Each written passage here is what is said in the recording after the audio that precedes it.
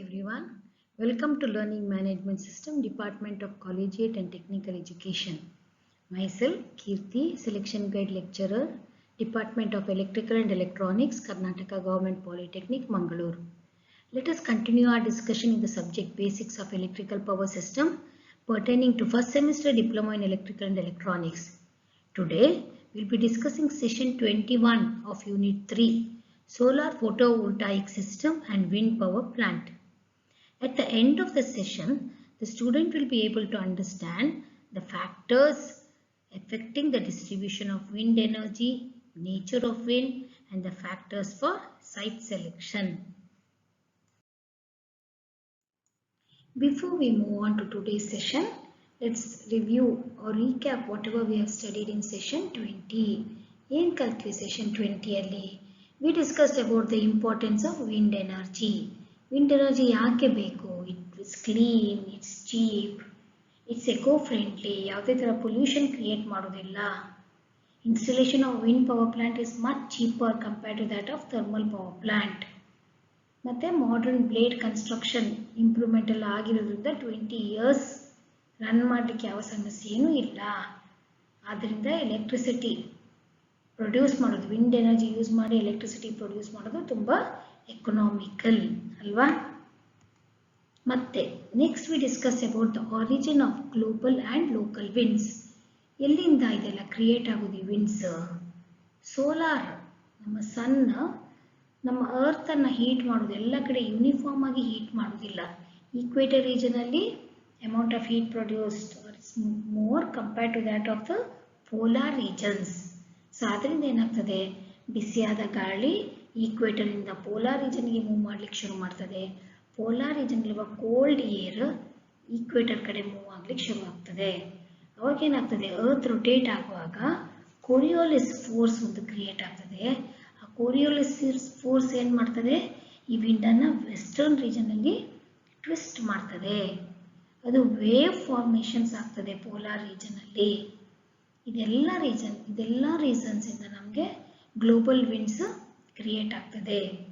Local winds ಅಂದ್ರೆ ಏನು? ನಮ್ಮ ಪರಿಸರದಲ್ಲಿ ಬೀಸುವ ಗಾಳಿಗೆ ನಾವು ಲೋಕಲ್ ವಿಂಡ್ ಅಂತ ಹೇಳ್ತೇವೆ. ಅದು ಹೇಗಾಗ್ತದೆ, ಭೂಮಿ ಮತ್ತು ನೀರು ಇದೆರಡು ಸೇಮ್ ಲೆವೆಲಲ್ಲಿ ಹೀಟ್ ಆಗೋದಿಲ್ಲ. ಭೂಮಿ ಬೇಗ ಹೀಟ್ ಆಗ್ತದೆ, ಆವಾಗ ವಾಟರ್ ಅಷ್ಟು ಬೇಗ ಹೀಟ್ ಆಗೋದಿಲ್ಲ. ಆವಾಗ ಸೀಯಿಂದ ಕೋಲ್ಡ್ ಬ್ರೀಸ್ ಲ್ಯಾಂಡಿಗೆ ಬರ್ತದೆ ಡೇ ಟೈಮಲ್ಲಿ. ನೈಟಲ್ಲಿ ಏನಾಗ್ತದೆ, ಭೂಮಿ ಬೇಗ ಕೂಲ್ ಆಗ್ತದೆ, ಸಮುದ್ರ ಬೇಗ ಕೂಲ್ ಆಗೋದಿಲ್ಲ. ಭೂಮಿಯಿಂದ ಸಮುದ್ರದ ಕಡೆಗೆ ತಣ್ಣಗಿನ ಗಾಳಿ ಫ್ಲೋ ಆಗ್ತದೆ. ಹಾಗೆ ಹಿಲ್ ರೀಜನ್ಸಲ್ಲಿ ಏನಾಗ್ತದೆ, ಹಿಲ್ ಟಾಪ್ ಬೇಗ ವಾರ್ಮ್ ಇರ್ತದೆ. ಸೊ ಲ್ಯಾಂಡ್ ಏರಿಯಾದಿಂದ ಹಿಲ್ ರೀಜನ್ಗೆ ಡೇ ಟೈಮಲ್ಲಿ ಹೋದರೆ ನೈಟ್ ಟೈಮಲ್ಲಿ ಹಿಲ್ ಟಾಪ್ ಬೇಗ ಕೂಲ್ ಆಗ್ತದೆ. ಸೊ ಹಿಲ್ ಟಾಪಿಂದ ಲ್ಯಾಂಡ್ ಕಡೆಗೆ ಏರ್ ಫ್ಲೋ ಆಗ್ತದೆ. So this is the reason for local wind. ಇದನ್ನೆಲ್ಲ ಚೆನ್ನಾಗಿ ಅರ್ಥ ಮಾಡ್ಕೊಂಡಿದ್ದೇವಲ್ಲ. In today's session, we will be studying about the factors affecting the distribution of wind energy, nature of wind, and also the site selection of wind power plants. So, ಏನು factors wind ಎನರ್ಜಿನ distribute effect ಮಾಡ್ತದೆ? So ಇಲ್ಲಿ ನೋಡಿ, ಇಲ್ಲೆಲ್ಲ mountains ಇದೆ. ಇಲ್ಲಿ wind ಏನಾದ್ರು pass ಆಗ್ತಾ ಇದ್ರೆ ಇದಕ್ಕೆಲ್ಲ ಇದು ತಡೆ ಆಗ್ತದಲ್ಲ, ಅವಾಗ ಏನಾಗ್ಬೋದು, high mountains effect the circulation of global wind. Global wind pass ಆಗ್ತಾ ಇರೋದನ್ನೆಲ್ಲ ತಡೀತದೆ ಇದು ಹೈ ಮೌಂಟನ್ಸ್. ಇಲ್ಲೇನಾಗ್ತಾ ಇದೆ, ಎರಡು ಮೌಂಟನ್ಸ್ ಇದೆ, ಮಧ್ಯೆ ಸ್ವಲ್ಪ ಗ್ಯಾಪ್ ಇದೆ. ಇದ್ರ ಮೂಲಕ ಹೋಗುವಾಗ ಏನಾಗ್ತದೆ, ವೆಲಾಸಿಟಿ ಎಲ್ಲ ಒಟ್ಟಿಗೆ ಕಾನ್ಸಂಟ್ರೇಟ್ ಆಗ ಒಟ್ಟಿಗೆ ನುಗ್ಗುವಾಗ ವೆಲಾಸಿಟಿ ಜಾಸ್ತಿ ಆಗ್ತದಲ್ವಾ. Wind speed increases while passing through narrow mountain gaps where it gets channelised. ಇದೆಲ್ಲ ಒಟ್ಟಿಗೆ ಅದ್ರ ಒಳಗೆ ಪಾಸ್ ಆಗಬೇಕು, ಚಾನಲ್ ಒಳಗೆ. ಅವಾಗ ವಿಂಡ್ ಸ್ಪೀಡ್ ಏನಾಗ್ತದೆ, ಇನ್ಕ್ರೀಸ್ ಆಗ್ತದೆ. ನೆಕ್ಸ್ಟ್ ಇಲ್ಲೆಲ್ಲ ನೋಡಿ, ಬಿಲ್ಡಿಂಗ್ ಇದೆ, ಮರ ಇದೆ, ಗುಡ್ಡ ಇದೆ. ಇದೆಲ್ಲ ಏನಾಗ್ತದೆ, ಗಾಳಿ ಫ್ಲೋ ಆಗೋದನ್ನು ತಡೀತದೆ. The friction cause by hills, trees, buildings obstruct the circulation of wind. Frictional effect is less on the smooth surface of seas Therefore, wind speed is high on the seashore. ಇಲ್ಲಿ ಯಾವ obstruction ಇಲ್ಲ. Friction ಇದೆಲ್ಲ ತಡೀತಾ ಆಗ್ತಾರೆ, ಇಲ್ಲಿ friction ಜಾಸ್ತಿ, ಇಲ್ಲಿ ಯಾವ friction ಇಲ್ಲ, ಕಡಿಮೆ. ಸೊ ವಿಂಡ್ ಸ್ಪೀಡ್ ಸೀಶೋರ್ ಅಲ್ಲಿ ಜಾಸ್ತಿ. ನೆಕ್ಸ್ಟ್ ಟರ್ಬ್ಯುಲೆನ್ಸ್ ಅಂದ್ರೆ ಏನು? Turbulence is an irregular motion of air. ಯಾವ್ಯಾವುದೋ ಡೈರೆಕ್ಷನ್ ಅಲ್ಲಿ ಏರ್ ಫ್ಲೋ ಆಗ್ತಾ ಇರ್ತದೆ ಬೇಕಷ್ಟು ರೀಸನ್ ಇಂದ. ಹಾಗೇನಾದ್ರೂ ಆದ್ರೆ ಏನಾಗ್ತದೆ? Wind velocity gets reduced. Wind ಅಂದ್ರೆ ಒಂದೇ ಡೈರೆಕ್ಷನ್ ಫ್ಲೋ ಆಗ್ತಾ ಇರ್ತದೆ. ಇಲ್ಲೆಲ್ಲ ಡಿಸ್ಟರ್ಬೆನ್ಸ್ ಆದ್ರೆ ಏನಾಗ್ತದೆ? ಒಂದೇ ಡೈರೆಕ್ಷನ್ ಅಲ್ಲಿ ಮೂವ್ ಆಗ್ತಿರುವ ವಿಂಡ್ ಇದು ವೆಲಾಸಿಟಿ ಕಡಿಮೆ ಆಗ್ತದೆ. ಈ ಚಿತ್ರದಲ್ಲಿ ಟರ್ಬ್ಯುಲೆನ್ಸ್ ನೋಡ್ಬೋದು. ಟರ್ಬ್ಯುಲೆನ್ಸ್ ಇಂದ ಕಡೆಗೆ ಟರ್ಬೈನೆ ಕಟ್ಟಾಗಿ ಮುರಿದು ಬೀಳ್ತಾ ಉಂಟು. ತುಂಬಾ ದೊಡ್ಡ ಬಿರುಗಾಳಿ ಬೀಸಿದಾಗ ಹೀಗಾಗ್ತದೆ. ಆಮೇಲೆ ಏನು? ಮಳೆ, climatic disturbance such as rainfall affect the circulation of local wind. ಈ ಮಳೆ ಗಾಳಿ ಇದೆಲ್ಲ ಬರುವಾಗ ಏನಾಗ್ತದೆ? ಈ ಲೋಕಲ್ ವಿಂಡ್ ಒಂದೇ ಡೈರೆಕ್ಷನ್ ಪಾಸ್ ಆಗ್ತಾ ಇದ್ವ ಇದೆಲ್ಲ ಚೇಂಜ್ ಆಗ್ತದೆ, ಡಿಸ್ಟರ್ಬ್ ಆಗ್ತದೆ. ಇದಿಷ್ಟು ನೋಡಿದ್ವಿ factors affecting the distribution of wind. Next nature of wind. ಯಾಕೆ ಕಲಿಬೇಕು ನಾವು ನೇಚರ್ ಆಫ್ ವಿಂಡ್ ಅನ್ನ? To predict the performance of wind turbines and for proper designing the supporting structure for wind turbines, it is necessary to study the nature of winds. ಅಲ್ಲಿ ಯಾವ ತರ wind ಬೀಸ್ತದೆ, supporting structure construction ಅದರ ಮೇಲೆ depend ಆಗ್ತದೆ. ತುಂಬಾ ಜೋರಾಗಿ wind ಬೀಸ್ತಾಗ್ತದೆ, supporting ಸ್ಟ್ರಕ್ಚರ್ಗೆ ತಡಿಲಿಕ್ಕೆ ಆಗ್ಲಿಕ್ಕಿಲ್ಲ. So in order to predict the performance of wind turbines, ಎಷ್ಟು ಎಲೆಕ್ಟ್ರಿಸಿಟಿ ಪ್ರೊಡ್ಯೂಸ್ ಮಾಡ್ಬೋದು ಅಂತೆಲ್ಲ ಪ್ರೆಡಿಕ್ಟ್ ಮಾಡೋದು. And for proper designing of the supporting structure, it is necessary for us to study the nature of winds. How to measure the nature of wind? The Beaufort scale gives the description of the nature of wind. The description of wind based on Beaufort numbers is given in this table. See, this is the Beaufort number. This is the wind speed in meters per second, and this is wind description, and this is the wind effect. If the Beaufort number is 1, the wind speed is 0.4 to 1.8 meters per second. The wind is very light and only the smoke moves. If the Beaufort number is 2, the wind speed is 1.8 to 3.6 meters per second. And how do we describe that wind? Very light and only leaves ele move ಆಗ್ತದೆ. Beaufort number 4 ಇದ್ರೆ wind speed ಎಷ್ಟು? 5.8 to 8.5 meters per second. We describe it as moderate and only small branches and turbine vanes start moving. If the Beaufort number is 7, then the wind speed is 14 to 17 meters per second. We describe it as strong and the whole tree moves. The Beaufort number is 8, wind speed is 17 to 21. We describe it as very strong and the 3 branches break. 1 2 3 4 numbers continuous ಆಗಿ ಉಂಟು. ನಾವು ಕೆಲವು important numbers ಅನ್ನು ಮಾತ್ರ ಇಲ್ಲಿ consider ಮಾಡಿದ್ದೇವೆ. ಈಗ factors to be considered for site selection of wind power plant. ಯಾವ ಫ್ಯಾಕ್ಟರ್ಸ್ ಬೇಕು, ವಿಂಡ್ ಸ್ಪೀಡ್ ಎಷ್ಟಿರಬೇಕು, ಯಾವ ಜಾಗದಲ್ಲಿ ನಾವು ವಿಂಡ್ ಪವರ್ ಪ್ಲಾಂಟ್ ಅನ್ನು ಹಾಕ್ಬೋದು, ನೆಲ ಯಾವ ಥರ ಇರಬೇಕು, ಆ ಲೋಡಿಗೆ ಮತ್ತೆ ಇದಕ್ಕೆ ಎಷ್ಟು ಡಿಸ್ಟೆನ್ಸ್ ಇರಬೇಕು, ಇದೆಲ್ಲ ನೋಡೋಣ. Site selected for wind power plant should have an average wind speed of 20 to 30 km per hour. So electricity produce ಮಾಡಲಿಕ್ಕೆ ಯಾವ ರೇಂಜ್ ಅಲ್ಲಿ ಬೇಕು? 20 ರಿಂದ 30 km per hour ಸ್ಪೀಡ್ ಇದ್ರೆ ನಮಗೆ ಐಡಿಯಲ್ ಸ್ಪೀಡ್.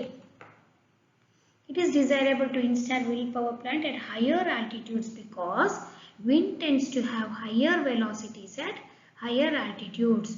ಗುಡ್ಡದ ಮೇಲೆ ನಾವು ವಿಂಡ್ ಪವರ್ ಪ್ಲಾಂಟ್ ಅನ್ನು ಎಸ್ಟಾಬ್ಲಿಷ್ ಮಾಡಿದ್ರೆ ಅಲ್ಲಿ ವೆಲಾಸಿಟಿ ಅಥವಾ ಸ್ಪೀಡ್ ಜಾಸ್ತಿ ಇರ್ತದೆ ವಿಂಡ್ ಇದು. The cost of the land should be low.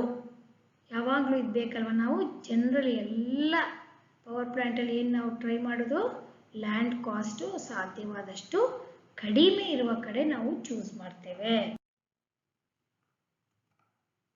The ground condition of the site should be such that strong foundation for tower is possible. ನಿಮ್ಮ ground, ನಮ್ಮ ground ನಾವು ಸೆಲೆಕ್ಟ್ ಮಾಡಿರೋದು ಗಟ್ಟಿ ಇಲ್ಲದೆ ಇದ್ದರೆ ಫೌಂಡೇಶನ್, ಸ್ಟ್ರಾಂಗ್ ಫೌಂಡೇಶನ್ ಹಾಕಲಿಕ್ಕೆ ಕಷ್ಟ. So ground condition of the site should B such that strong foundation for the tower is possible.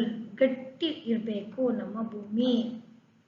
Icing problem, ಇಲ್ಲೆಲ್ಲ ಮಂಜು ಹೆಪ್ಪು ಕಟ್ಟೋದು, ಸಾಲ್ಟ್ ಸ್ಪ್ರೇ, ಇದ್ರ ಮೇಲೆಲ್ಲ ಉಪ್ಪು ಸ್ಪ್ರೇ ಆಗೋದು, or blowing dust should not be present at the site as they affect the turbine blades. Sea ಶೋರಲ್ಲೇ ಹಾಕಿದಾಗ ಏನಾಗ್ತದೆ, ಸಮುದ್ರದ ಉಪ್ಪು ಇದರ ಮೇಲೆಲ್ಲ ಡೆಪಾಸಿಟ್ ಆಗ್ತದೆ, ಬೇಗ ರಸ್ಟ್ ಹಿಡಿತದೆ. So icing problem, salt spray, blowing dust, ಅದು ಯಾವುದು ಈ ಸೈಟಲ್ಲಿ ಇರಬಾರ್ದು. The land should be accessible by road or rail. ನಾವೆಲ್ಲ ಎಸ್ಟಾಬ್ಲಿಷ್ ಮಾಡ್ತೇವೆ ವಿಂಡ್ ಪವರ್ ಪ್ಲಾಂಟ್, ಅದು ರೈಲ್ ಅಥವಾ ರೋಡಿಂದ ಅಪ್ರೋಚಬಲ್ ಆಗಿರಬೇಕು. ಇಲ್ಲದಿದ್ರೆ ಎಸ್ಟಾಬ್ಲಿಷ್ ಮಾಡಲಿಕ್ಕೆ ಈ ಬ್ಲೇಡ್, ಜನರೇಟರ್, ಈ ಟವರ್ ಇದನ್ನೆಲ್ಲ ಶಿಫ್ಟ್ ಮಾಡಲಿಕ್ಕೆ ತುಂಬ ಕಷ್ಟ. ಮತ್ತು ಏನಾದ್ರು ಸರ್ವಿಸಿಂಗ್ ಎಲ್ಲ ಇದ್ದರೆ ಅಲ್ಲಿ ಹೋಗಿ ರೀಚ್ ಆಗೋದೇ ಕಷ್ಟ ಆಗ್ತದೆ ಆ ಸೈಟನ್ನು. The site should be near the load centre to reduce transmission cost and losses. ಈ ಪಾಯಿಂಟು ಎಲ್ಲ ಪವರ್ ಪ್ಲಾಂಟಲ್ಲಿ common. Site should be near the load centre. ದೂರ ಆದರೆ ಟ್ರಾನ್ಸ್ಮಿಷನ್ ಕಾಸ್ಟ್ ಜಾಸ್ತಿ ಆಗ್ತದೆ, ಲಾಸಸ್ ಜಾಸ್ತಿ ಆಗ್ತದೆ. ಹತ್ತಿರ ಇದ್ದಷ್ಟು ಕಡಿಮೆ ಆಗ್ತದೆ ಟ್ರಾನ್ಸ್ಮಿಷನ್ ಕಾಸ್ಟ್ ಮತ್ತು losses. Now it's the time for revision. The following factors affect the distribution of wind energy: mountain chains, hills, trees, buildings, frictional effect of the surface, all of the above. Distribution of wind ಯಾವ್ಯಾವ್ದು effect ಆಗ್ತದೆ? Mountains, high mountains effect ಆಗ್ತದಲ್ವ? ಹೌದು. Hills, trees, buildings ಅದೆಲ್ಲ obstruct ಮಾಡ್ತದೆ, ಹೌದು. Frictional effect of the surface ಅದು effect ಮಾಡ್ತದೆ, ಹೌದು. ಹಾಗಿದ್ರೆ ಯಾವುದು answer? All of the above. Answer is D. The wind intensity can be described by Reynolds number, Mach number, Beaufort number, Froude number. ಎಲ್ಲರಿಗೂ ಗೊತ್ತು. Wind intensity can be described by Beaufort number. So the answer is C. What type of energy is wind energy? Renewable energy, non-renewable energy, conventional energy, commercial energy. ಯಾವ type energy? ನಾವು wind ಎನರ್ಜಿನ use ಮಾಡಿ electricity produce ಮಾಡಿದರೆ wind ಕಡಿಮೆ ಆಗ್ತದಾ? ಇಲ್ಲ. ಅಂದರೆ ನಮ್ಮ electricity ಮೇಲೆ ಅದೇನು ಡಿಪೆಂಡ್ ಆಗೋದಿಲ್ಲ. So therefore it is renewable energy. So ಇದು ತಪ್ಪು. ಕನ್ವೆನ್ಷನಲ್ ಇನ್ನೂ ಆಗಿಲ್ಲ, ನಾನ್ ಕನ್ವೆನ್ಷನಲ್ಲೇ ಉಳಿದಿದೆ. ಇನ್ನು ಮುಂದಿನ ದಿನಗಳಲ್ಲಿ ಅದು ಕನ್ವೆನ್ಷನಲ್ ಎನರ್ಜಿ ಆಗಿ ಆಗ್ಬೋದು ಸದ್ಯದಲ್ಲಿ.